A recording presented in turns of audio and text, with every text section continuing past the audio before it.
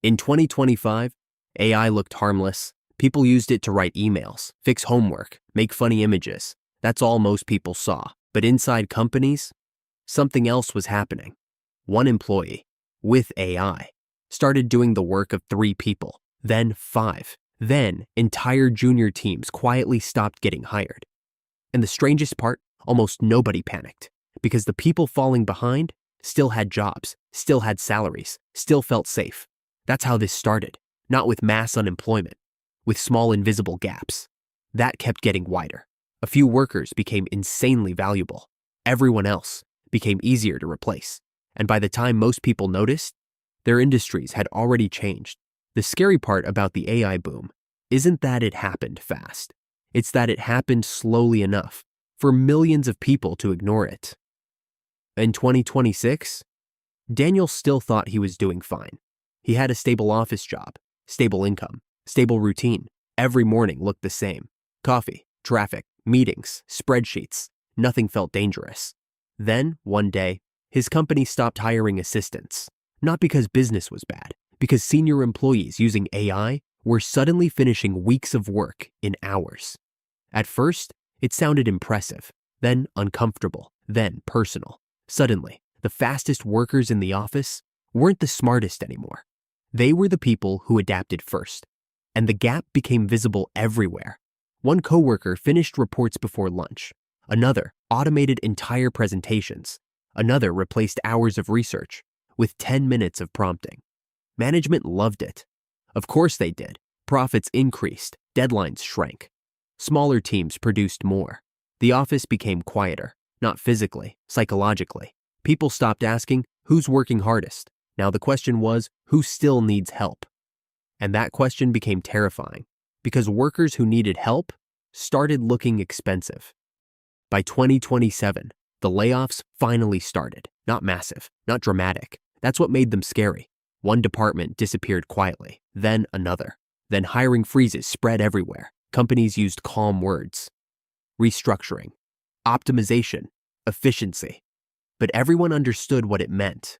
One AI-assisted employee could now outperform entire teams from 2 years earlier. And workers began noticing something disturbing. The people getting promoted weren't always the most experienced. They were the people closest to the new systems, the people who learned fastest, the people who became difficult to replace.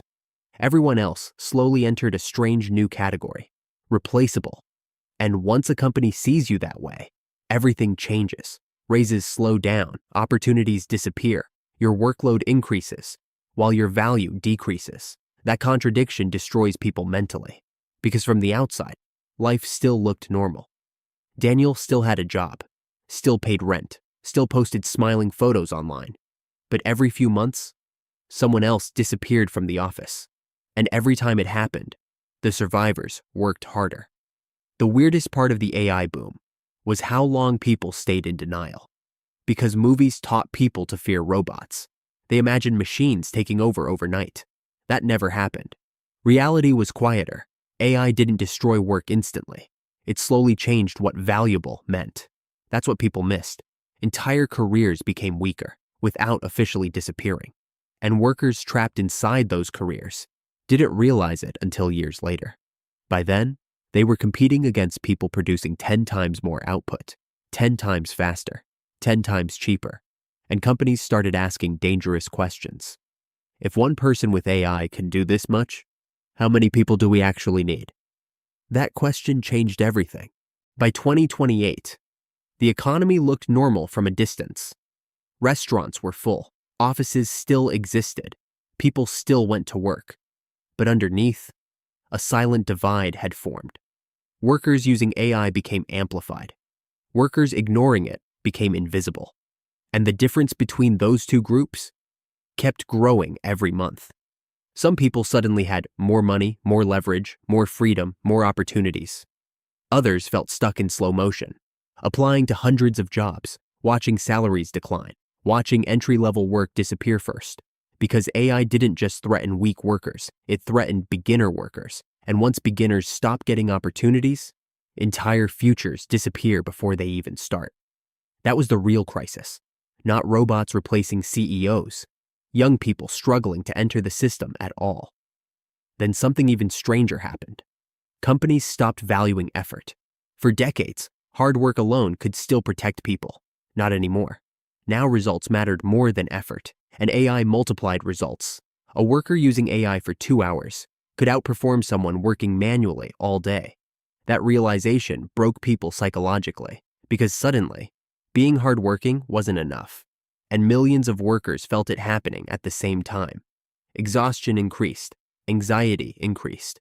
Everyone quietly felt replaceable, even high-income workers, especially high-income workers, because expensive employees became targets first.